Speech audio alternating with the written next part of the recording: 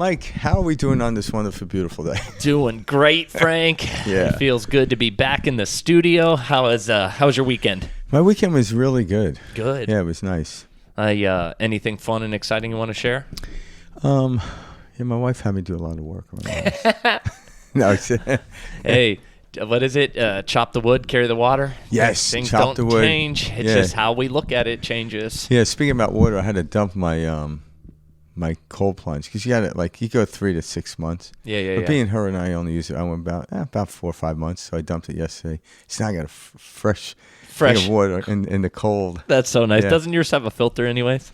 It's gonna filter, it's gonna so it filters itself. So yeah. See, I love that. Yeah. Maybe we talk about chopping wood, carrying water today. That could be a great start to this episode. There you go. Well, it's so funny, I remember on the path, I started to realize, it's not the things that are going on that are the problem. It's how we're narrating the things that are going on. Yeah. That's really the truth behind all of this. Sure, you can wake up every day saying, "Oh my God, I go to this job I hate." I come home, I've got ungrateful kids, I've got, a wife who's nagging at me, I've got, all these chores to do. This is the carrying the wood, chopping the water. Or you can take the perspective of, oh, how lucky I am to have work, how lucky I am to pay the bills. Good things continue to happen to me. You start to see the positive aspects of your children, your family, your wife, your significant other, etc., and you see more of that. Yeah. And that's the whole point of the chopping the wood, carrying the water. It's a change in perspective that changes the circumstance. But when we're narrating a circumstance a certain way, like in a negative aspect or a negative connotation, and then we act surprised that we're experiencing it in a negative way, Yeah.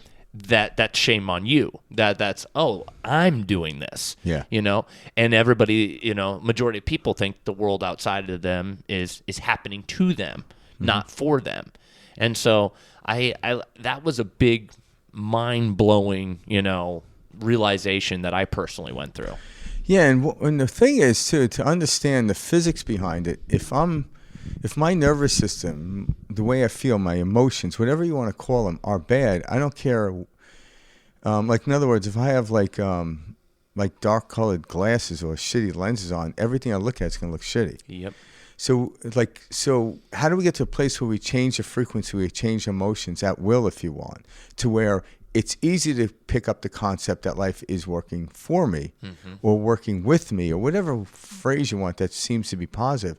Because when you're in the basement of a building, I could tell you about the landscape outside from the penthouse, but you can be like, what are you fucking talking about? Exactly. Matter of fact, you're going to aggravate me more because down here, the cinder block walls were starting to look nice. And then you mentioned trees and beautiful lighting and everything else. And I've gotten concepts. I got peaks at that. But now you're pissing me off. Mm-hmm. So how do we do this? It's coming to an understanding of what our body, the mechanism of body is and how it functions and how it works. And one of the simplest thing to do is just gently close your eyes and start to give your attention. If you need a mantra, you know what the best mantra is? Your out breath. I love that. So you breathe in and then you focus on your out breath. And all of a sudden, you start to open up your heart. The spinal fluid starts moving up your spinal column. It moves into your brain. And all of a sudden, it starts to activate the pineal gland. You start to get a little bit of melatonin. Mm-hmm. And all of a sudden, you start to feel better. So then when you go to open up your eyes and go to meet the day, it's easy for these concepts to say this. But it's like if you drank all night and didn't get any sleep, I don't care how much money you have in the bank. I don't care, how great your wife is, how great anything is. It's going to I just want this moment to end. Mm-hmm. Because your nervous system, your system is completely out of whack. Yeah. Again, I could buy a $5,000 guitar, and if it's out of tune, doesn't matter. Exactly. Doesn't matter. So it's about learning to tune this to the concepts that Mike and I talk about, start to lift you up. And then once you're tuned up and you learn these concepts, you take it to the other octaves. We keep going. That's why these concepts are important to talk about. But if our guitar isn't tuned, we can't play that song. We're just going to be frustrated. Why doesn't it sound right? Am I playing it wrong? No, your guitar is out of tune. We go back to tuning. What is that? Yeah. That's going back to the breath. Yeah, going back to the breath and tapping into that pineal gland. And when you tap into the pineal gland, you naturally drift over to the right hemisphere of the brain. Yeah. And when you drift over the right hemisphere of the brain, all of a sudden, that's the beautiful part. I think we talked about this before, but I remember there was this neurologist. She was on TED Talks, and she was explaining when she had a stroke. Mm-hmm. And she knew what was going on more than people. More than the average person. And she realized it was the left part of her brain was shutting down. And when it shut down, she's like, oh, my God, this is beautiful. And then something kicked in. It's like, you better call the ambulance, because I remember that. Because this body won't look, whatever. And so the marrying of both the left and the right, in this case, again, she had a stroke. It took it completely out, the left side. That's why she was just in this blissful place. In the blissful place, stepping in front of a bus would not be a big deal. But not to worry, your left brain isn't going to shut down on you. Matter of fact, we have to learn to allow the left brain to be married to the right brain to come in. That's the trick. Yeah. It's a balance between the two. You'll hear this, like the Monroe Institute. They often talk about hemi-syncing, getting both sides of the brain in sync together.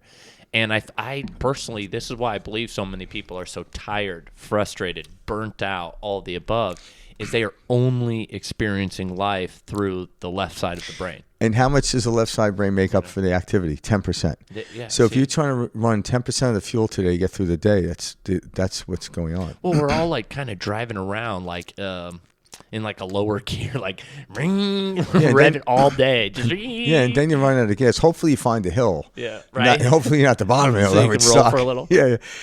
But then you get out and stop pushing the vehicle, where if you actually gave over, if the left brain gave over to the right brain and married it like hemisync, like Mike said, like you said, it would start to work in a more functional way, and it's so much easier. Mm-hmm.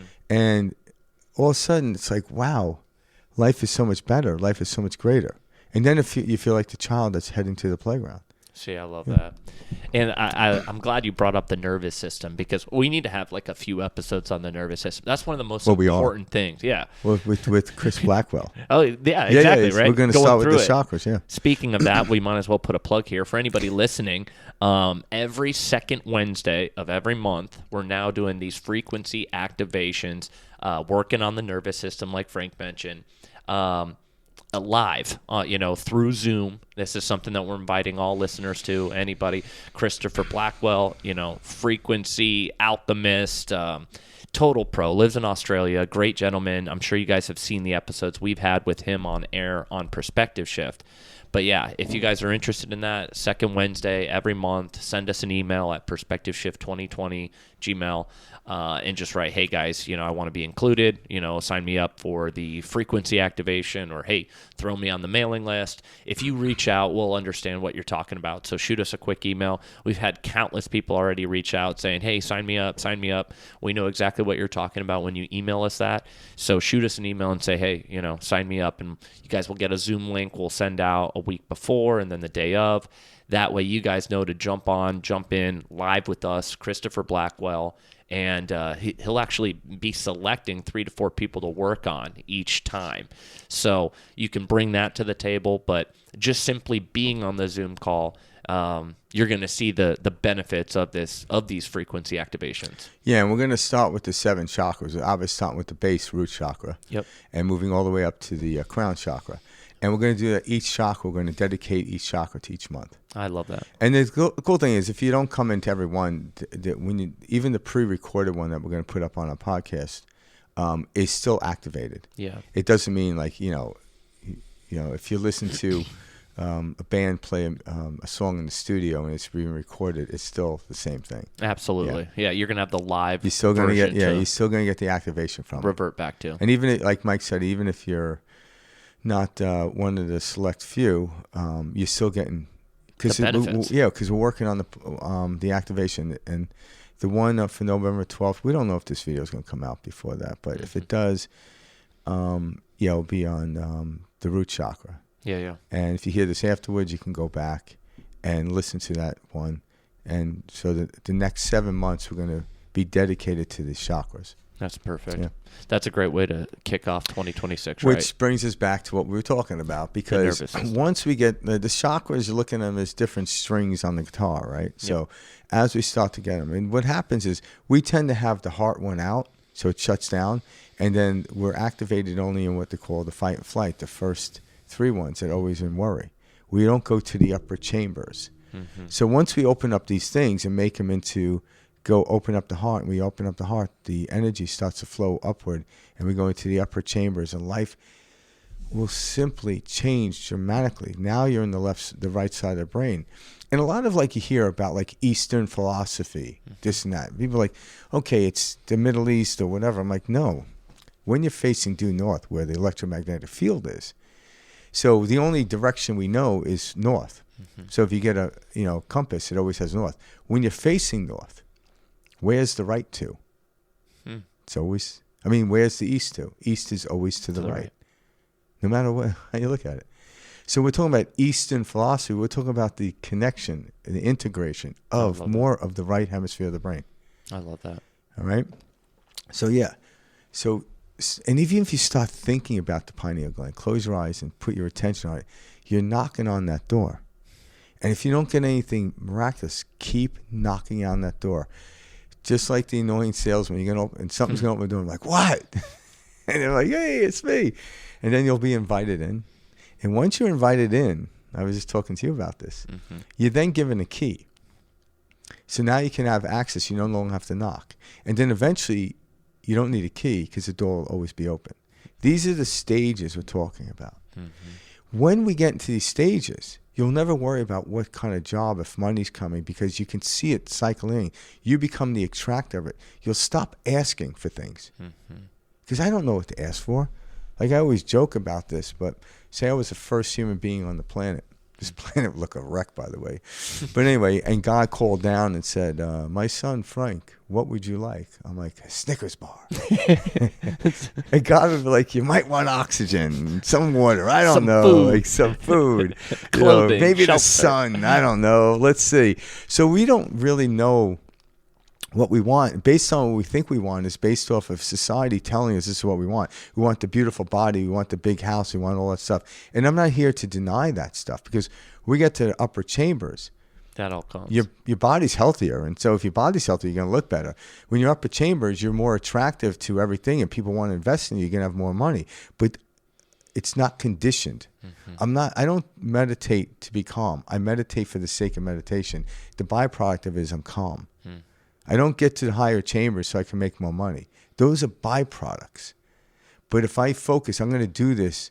There's a lot of people that are in this new age field are doing all these things, and they keep looking at their bank account. And like you're missing. There's more to it. There's way more to it. You're doing this for the sake of doing it, and all of a sudden you start noticing my energy level goes higher. All of a sudden when I feel good, because we know there could be a billionaire laying on his deathbed that's sick, that's prematurely going to die because of cancer or whatever. They would give it all away just to feel that 1 second of, Yeah. that is abundance. Then the outside, abundance work. Money to me is like the moonlight. A tool. It's not really, it's a reflection off the sun, if you think about that. Money is just the reflection of the moon. I want the direct source called the sun. So people are trying to directly go towards money. I'm like, the light you see from the moon at nighttime and a full moon is from the sun, not from the moon. The moon is just a reflection coming back to us at night. The direct source is the sun. Go there, where you don't need the moon, which you don't need the money. But the money will show. The moon still shines. Well, that's the whole paradox about this experience. The more you want it, the more it evades you. The less you want it, the more that shows up. Yeah, and you could do all these tricks of meditation. You could do affirmation. You could do all these tricks and get nowhere. Why? Because you're doing it for the reason of the money. You're coming from a place of lack. Yeah, you come from the place of lack. I don't need anything. But yet the thing is just like I don't need more oxygen. It's all around me. And when I go like this, I'm not scared of letting it go. Why? Because I know more. Since I've been born, it's been working. Yeah. It hasn't failed me yet. I've held my breath a couple of times, and see how long I can get, but the easiest thing is to let go. That's why one of my favorite mantras is the out breath, because it takes conscious will, which is good, to breathe in. It's effortless to do that. So if you focus on the effortless part of life, your life becomes effortless. But when you become effortless, the energy rises. If you go to the gym or running a business, the business, you're still going to run it. You're going to run it more proficient. But you're not like we brought up earlier. I'm chopping the wood and carrying the wood or gathering the wood. Now You're it's still fun. at It's not work. like, You still have responsibility. Yeah, you still have yeah. a family. Yeah, but now It's you not enjoy giving all that up. Now it's like how precise can I get with the axe when I split the wood? Exactly. How much water can I grab in the bucket without spilling it? Mm-hmm. All of a sudden now it becomes this play like we did when we were children. Mm-hmm. Digging a hole. Like, let's see how perfect we get the hole. It wasn't for the sake of burying somebody. I remember when I started doing these concepts, and I remember like anytime like a bill would come to me, like a bill for electricity, water, all that. I even with like increases in rates due to inflation and all the stuff they tell Yeah, I us, love right? they tell you that. Right. Well, I would say thank you, for this bill. Thank you for the hot water, that I'm able to have. Thank you for the electricity that powers this home. But like thank you for the opportunity to be able to afford to pay these bills, and it's just such a different place that you're coming from when you look at it like that. And I think that's what it is when you get to the state where you feel good, you stay there by saying what you're talking about. I got that. It's like gratitude. I got an love. email from SRP saying they're going to raise the rates or whatever. Oh yeah, I emailed them back. And I put, can't wait for free energy. That we've had It's for coming. 100 years. It's coming. I'm Sons so of glad bitches. you wrote that. Imagine. Sons of bitches. Did you know we actually? My rates went up double in my neighborhood, so Oh, my because of that email, I was joking. Yeah, right. Yeah, Get this guy. yeah. Targeted. Son of a bitch. That's so funny. Yeah, I agree. I don't think that they're going to be able to keep the lid on the free energy for too much longer with AI coming out. I think it's just a matter of time at this point. Yeah, it's a matter of time. But the same thing is like, be careful we don't wait for something to feel good. Like Mike, like you said just now, who cares? Like more money will come my way to pay the electric bill. That's what I always tell myself. It's always I look at all this inflation, everything going up, and I'm like, okay, I can sit here and go, I'm going to panic about this. Food's more expensive. Shit, you walk out of your house, anything's more expensive right now. Everyone notices that. Can you imagine you were the person that was living in a cave, like before electricity, you live in a cave. It's like, whose turn is to light the torches? Son of a bitch. Literally. You got to light the torches. But I just give thanks. I'm like, man, more opportunity is going to flow my way, more money, more abundance, all the above. I'm going to be just fine through this. And it's just a totally different type of energy and feeling. And rather than getting that like fight or flight angst, tightened up feeling, it's like this relaxed knowing. And it's that relaxed knowing, that's that frequency that you're sending out to the ether, saying all is good, good opportunities continue to show up, more money continues to show up, more abundance continues to show up. Yeah. And when you get that tight feeling, you can't announce that. You can't overlook it. You could suppress it if you want by watching Netflix or taking a couple of drinks or whatever. Mm-hmm. You can do all that stuff. But what I suggest to do is to take a breath in. As you're breathing in, look up. And again, you could do different modalities and different stuff. But you look up, and as you breathe out, just gently close your eyes. And then focus on your in and out inhalation. Just through your nose, just gently, don't force it, and then wait about 30 seconds and take a deep breath in. As you breathe out, open your eyes. You'll notice your nervous system calms down in less than 30 seconds. So I give people these 30-second exercises. Why? I'm like, you literally just changed the way you felt. Just keep doing that. And then eventually, you'll never leave that room. You'll never leave the upper chambers. I love that. And all of a sudden, I can say that. So, yeah, you're gonna. In the beginning of this stuff, may seem new to you. It's because when you feel really good and you have to go all the way down back to the basement, it feels worse than it did before. So don't give up. It's just so you're learning. So you're knocking on the door, and then the door opened up. So knocking on the door, and once the door opens up, you get inside. You're still gonna leave, But then you have the key, and the key you got to find. Hopefully, oh shit, I left the key at home. You know, so these moments where we forget about this stuff, we don't trust it. Like you constantly feeling around the key. Then you get to a point where you keep doing this. You get to a point where you don't need a key. You always know the door is open. That's when you're not ever panicking. Mm-hmm. And panic will show up, but now it shows up like like your college roommate that just passed by, but you haven't spoke to him. I invite him in for some coffee, you know, and he's like, "Hey, remember the days?" And frat, right? Like, yeah, but my wife's around, so let's not talk about that. back to it. Yeah, I love the nervous system conversation because that was a big eye opener for me. It's funny when you look at it, like a picture of your nervous system, it's quite freaky looking, you know, the way like all the, you know, looks like a New York subway strands, system. Yeah, well, yeah, like the strands come off, you know, and you see it, but those are like the signals you're sending your body all over. Like we're constantly communicating to the nervous system all at every moment in a day. We're telling it how it's feeling, you know, what it's processing, and that's how we're experiencing this reflection that we call life or we call reality. And so it's just so funny because I've learned the more I relax, the more things tend to flow. Things, you know, open up. Good experiences happen.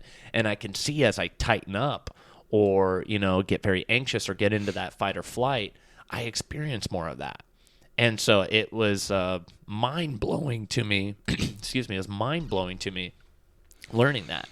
And that was one of the biggest life-changing moments for me, was understanding how important and how powerful the nervous system is. And us staying, and this is why they bombard us on social media and in the news and even movies with just horrific things and all. Like there's so much great in the world, and we focus only on the bad, you know, the killing, the murder, you know, what's the phrase for the news? If it bleeds, it leads. Like that captures our attention. But what it's doing is it's getting us into fight or flight. It's getting us scared. And this weakens our immune system. This weakens, you know, our ability to take action. This weakens our, you know, us as individual creators. And it locks you out of your pineal gland. It disallows you from going there, and you know, it's a small percentage of things that we see in the world are breaking down. And if you want to change it, there's laws in physics when we go into it. So the more people that get into this state that Mike and I are talking about, all of a sudden you start to crack the door open for the other people that didn't even know it was a damn door. Yeah. It like why did one day I want to learn about these concepts? Why did one day I wake up and realize this is crazy, but not like from an anxiety-ridden way, like this, oh my God, can't believe I was thinking that way. Because a field of people and a group of people or somewhere, energy, and I stepped into it and it woke me up. I can't take credit for it, just like I can't take credit for the sun coming up. I can't take credit for me coming to this planet. Mm-hmm. What I can take credit for is going with the flow as best I can, getting the hell out of the way as best I can, and learning when you actually activate the nervous system in a parasympathetic way, such as breathing. There's different modalities. You can rub your neck, put ice. Mm-hmm. You know, there's a bunch of different ones. There's so anyone's look up how to activate your vagus nerve. Mm-hmm. All right. I like the breath one, but there's other ones that are really good. I also jump into the cold plunge every day all the way up to my neck. Yep. And it activates your nervous system, and your body starts to. So in the cold plunge, my body starts to relax in cold water, which, like, several years ago that would never be. I'm like, what are you, insane? But that's the truth. It's like a training. It's like a working of the body. You know, it's teaching it not to be, you know, that you're not in danger when those things pop up. So then when things happen in life, your body responds differently. Yeah. Like all my job is solving problems. Like that's literally all I do as a real estate agent is I'm solving problems. And the most the craziest things happen all day long. And I look at them and I'm like, okay, you know, what's our path forward? Yeah. You know, how do we resolve that? Where we move? Where most, you know, individuals, these things being thrown at you left and right, it would cause your head to explode. Like, oh my God, how's this going to work? How do we keep the deal alive? Yeah. And that's every deal, is what I've realized. Is you're dealing with humans, you're dealing with situations, property, all the above. Like, you're dealing with real life stuff, and with that comes real life problems. There is nothing in life that is this hunky dory going to go, perfectly every time. It can, because if you're a musician and you're a great musician, but you're hanging around with a bunch of amateur musicians, you then have to be like, okay, let's stay on the 4 count. Set the tone. But when you step into a whole nother level, you go into the upper chambers, everyone's an excellent musician. All of a sudden, you don't stand out, but nor do they, but this beautiful music stands out. So it's like stepping into something. Like I remember, I used to work in New York City, close to Washington Square Park, and every once in a while, like when I had a little bit of time, I would drift over there when the weather was nice. There, people like there'd be these drum, people playing drum circles, and other instruments would come in, and nobody was in charge. And all of a sudden, someone come in and start singing, and somebody came in. All of a sudden, the field took over. So when we go to the upper chambers, we go to the higher level, we get into this field and we pull everyone with us to where this isn't a problem. It's maybe a challenge, or when you go into a drum circle, or you're doing some type of open mic night, and you're playing with somebody you never played before, what do you have to do? You have to be completely conscious. You can't just go in. I've been playing this song forever, and I could play any song by myself and not think about it. But now, if the timing's off with everybody else, it's horrible. So or the key, I have to get into, okay, here's the time, boom, boom. Now I go in, and I play, and all of a sudden, my God, this is amazing. This is, I'm still playing the same chord structure I did for the other song, but now I got other nuances of instruments coming in. This is what we're talking about. It's a whole different level of living, right? And we actually can hold this ground. And what we do is we pull people. We weren't meant to go down to the mud.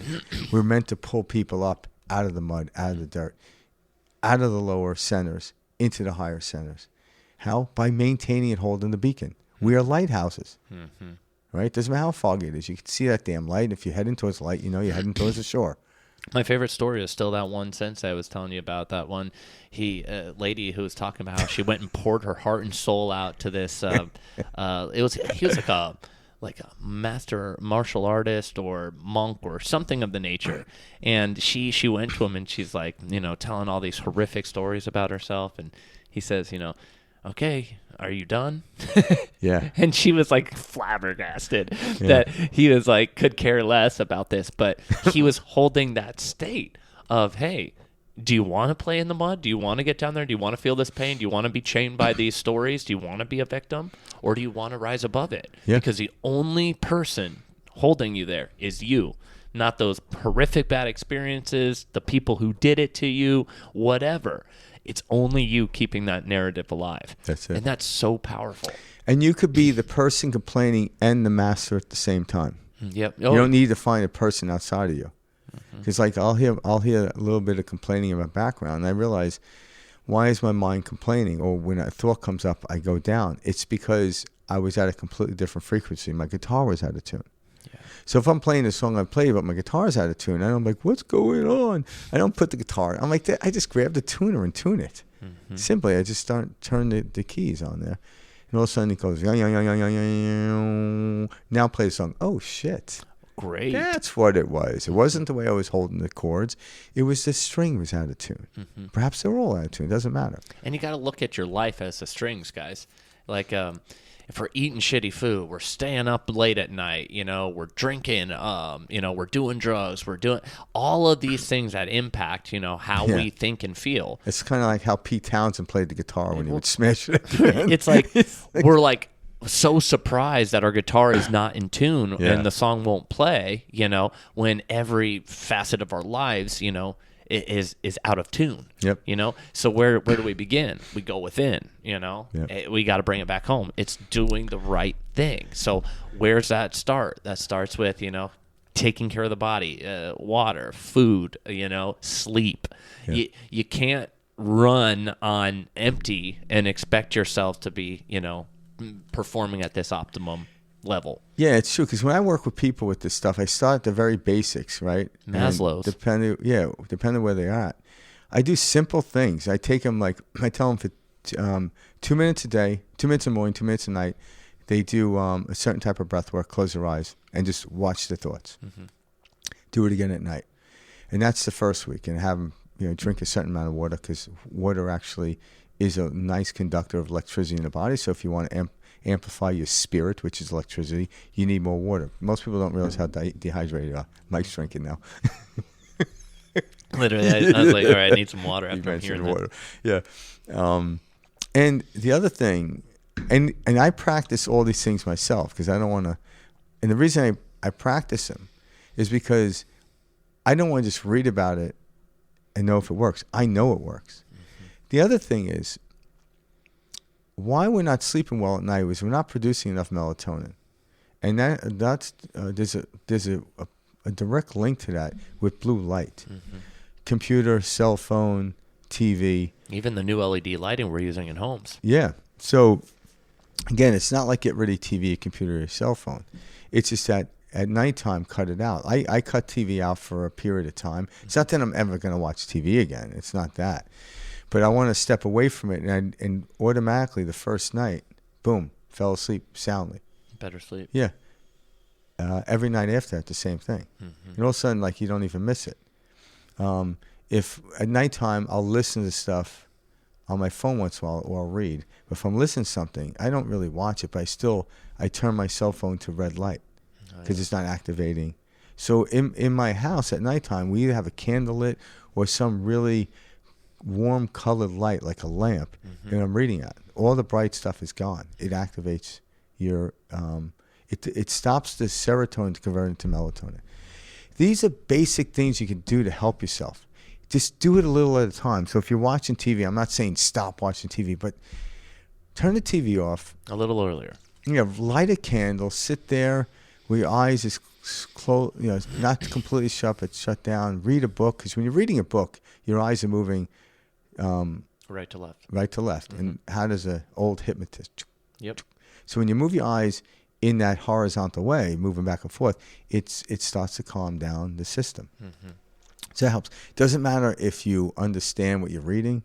I don't care. A lot of times people are like, oh, I try to read this book at night, but I keep falling asleep. I'm like, great. Who cares what the book says? Doing its job. Who cares? Doing its job. And if you want to read a book and get this content, I suggest you do that at night. During the day, but you could still get stuff at night. But the point here is trying to get you to convert your serotonin into melatonin. And melatonin, we now know, cures cancer.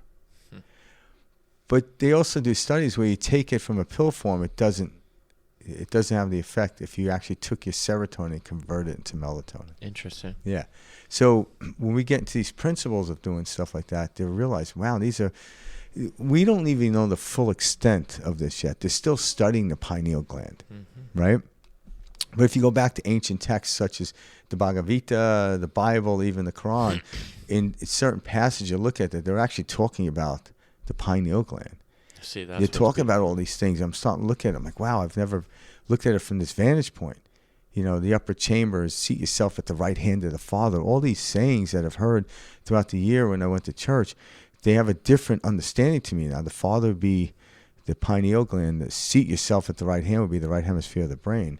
Mm-hmm. All these things. It's like, wow. So there's something about getting this in tune. Once we get this in tune, then life opens up. The sun rises. Mm-hmm. The enjoyment of life is immense. When we were children, we produced a lot of melatonin. Mm-hmm. Some of the kids stay on too much on computers and stuff. They're not getting sleep. Teenage suicides up. All these other added emotional stuff is in there. Mm-hmm.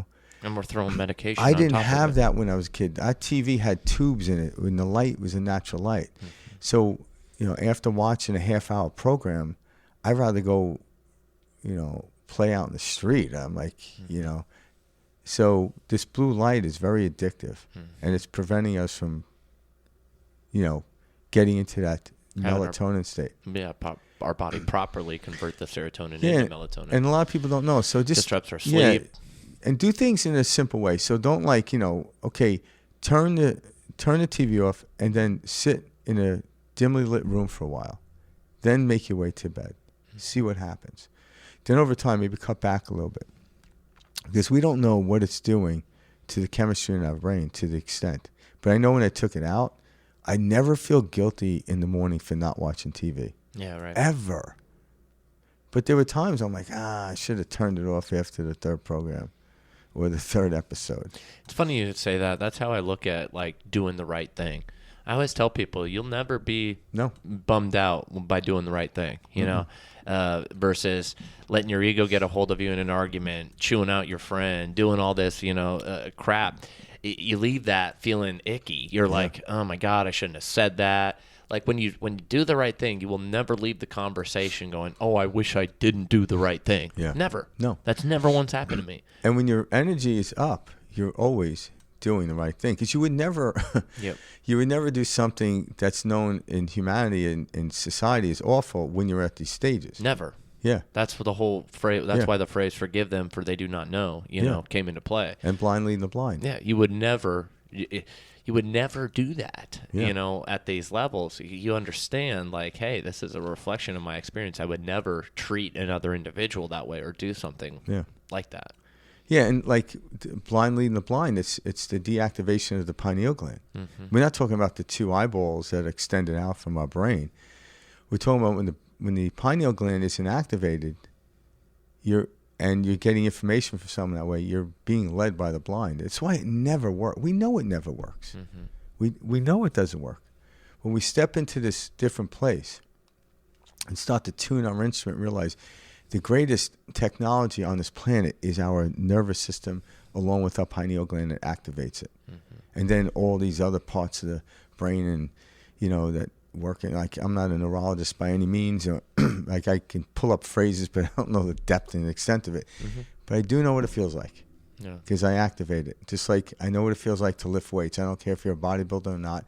I activate the tension or the mind-body connection to the muscle. So when a huge bodybuilder talks about a pump, I know what they're talking about. My arm is nowhere near their size, but it doesn't need to be. It's the activation. It's wow.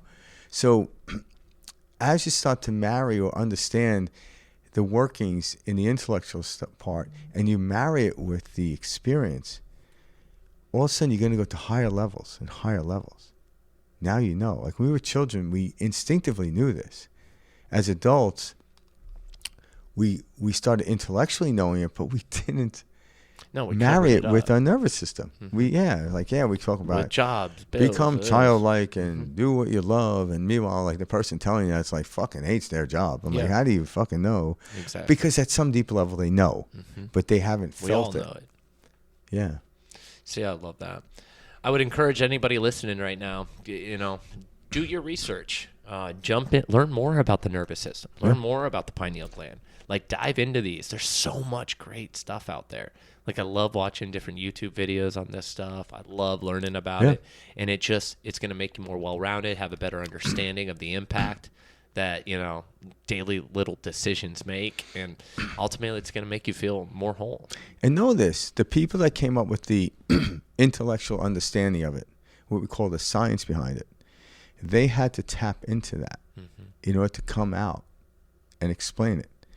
So go as far as you can with the research, but do more of the actual practical work. Experience it. Like go into find pineal gland meditation type. Mike and I, we love the ones where you breathe in slowly and then you squeeze your perineum, your lower ab, upper ab, and even come in to squeeze your whole body. You can feel the spinal fluid moving up your column like a serpent moving up. Mm-hmm. And then all of a sudden, your pressure in your brain is activating your pineal gland. To what degree? I don't know. Let's keep doing it. But then there are moments where I just sit there and think about my pineal gland and it opens. Yeah. So it's all these different nuances. You play with it. You might be the next person to discover how deeply the pineal gland is. That's how the scientists, the neurologists, they did that. Experience. They experience it. Now, some of these, you go to school and you read the literature for somebody else, and I memorize the terms and everything else, but are you experiencing it? Just like someone could memorize the Bible, but are you living as if the word in which came, right? Mm-hmm. Again, worshiping Michael Jordan will not make you a better basketball player. Yeah. doing what Michael Jordan does, getting tips from him, will definitely make you a better basketball player. Putting it into action. Putting it into action. Yeah. So get out of the aspect of worshiping whatever religion you're in, and do what the prophet or the master did to the best of your ability, and watch your life change dramatically. This is the moment in time when this is it's going to be easier. That's my point. It's going to be easier. Not that we need to do it. It's going to be easier to do because we're understanding it. Absolutely. Yeah. Appreciate you guys tuning into this week's episode. We'll see you guys next week. Keep in mind, send us an email. We've got our frequency activations coming up with Mr. Christopher Blackwell, second Wednesday of each month. Yep.